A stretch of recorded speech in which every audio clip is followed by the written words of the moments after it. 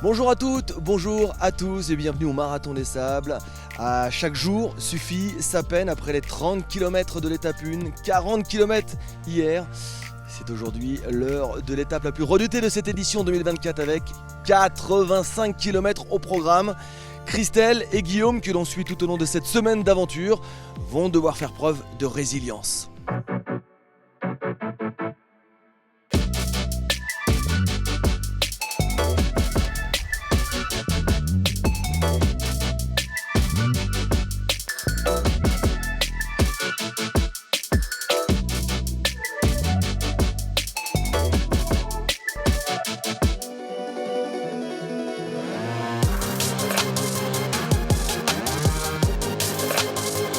Très longue journée, histoire de se centrer sur soi-même. C'est évidemment l'étape la plus redoutée par l'ensemble des concurrents. Et peut-être encore plus pour Guillaume Bouchard, qui veut aller au bout tout en portant en plus de son sac à dos un gilet lesté de 10 kg. Le début de l'étape est compliqué pour le coach sportif, avec des dunes et l'ascension d'un djebel. Vraiment que des douleurs dans les épaules. Je donnerais vraiment tout pour avoir mal aux jambes et beaucoup moins dans les épaules. Avec la chaleur et le sable qui est un peu coincé, là ça va être une belle bagarre. Des douleurs qui ont poussé Guillaume et Christelle à aller voir le médecin après l'étape d'hier. Bonjour. Alors, pourquoi est-ce que vous venez me voir? Pour des ampoules, je pense que voyons comme tout voir. le monde. C'est une ampoule classée simple. Ok. Je vais te faire une fois de plus quelque chose que vous aimez quand vous faites ce sport. Je vais vous provoquer une douleur intense. On prend ce qu'on appelle de l'éosine. Je vais piquer dans l'ampoule. Je retire le liquide, elle s'affaisse. Et maintenant, je vais injecter dedans et tu vas avoir très mal. Il ne faut surtout pas avoir peur. Il ne faut surtout pas me retirer ni bouger le pied. Voilà. C'est sûr que derrière le talon, c'est toujours un peu dur. Il va se planter les aiguilles dans le pied et ça fait mal un peu. Hein. Non. Oh, mais toi, t'es un costaud, t'es pas normal. Ouais. Et ensuite, on va mettre le pansement. Tu prends une compresse. Et le scotch, il faut surtout ne pas faire de plis. Et là, tu mets de la crème sur la course? Honnêtement, oui. La crème avant, en ville, il n'y a pas de sable, il n'y a pas de problème. Mais quand tu es dans le sable, tu oublies toute crème sur le pied. La crème solaire pour te protéger du soleil, oui. Mais là où il y a des zones de frottement, crème entre jambes, crème sous les bras, crème sur les mamelons, non, hein.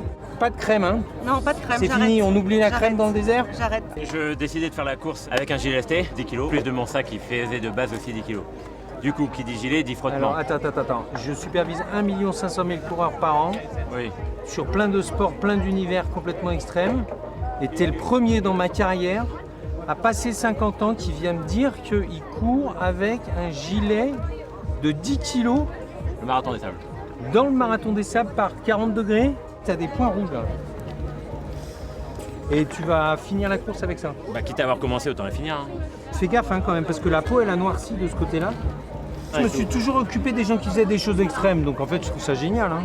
Et il faut juste que je te mette un petit sparadrap pour les frictions. Ça te protégera les 2 points de ponction. Merci. C'est un truc de fou ce que tu fais. Si j'arrive à motiver juste des gens à faire des choses qui sortent de leur commun, j'ai tout gagné en gros.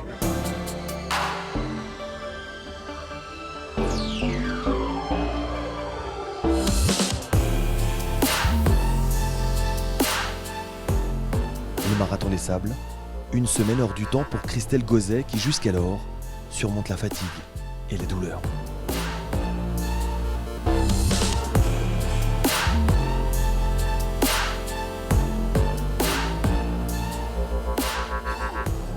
Alors en compagnie du grand vainqueur du jour, Mohamed El Morabiti, qui a explosé vraiment toute la hiérarchie sur cette étape longue.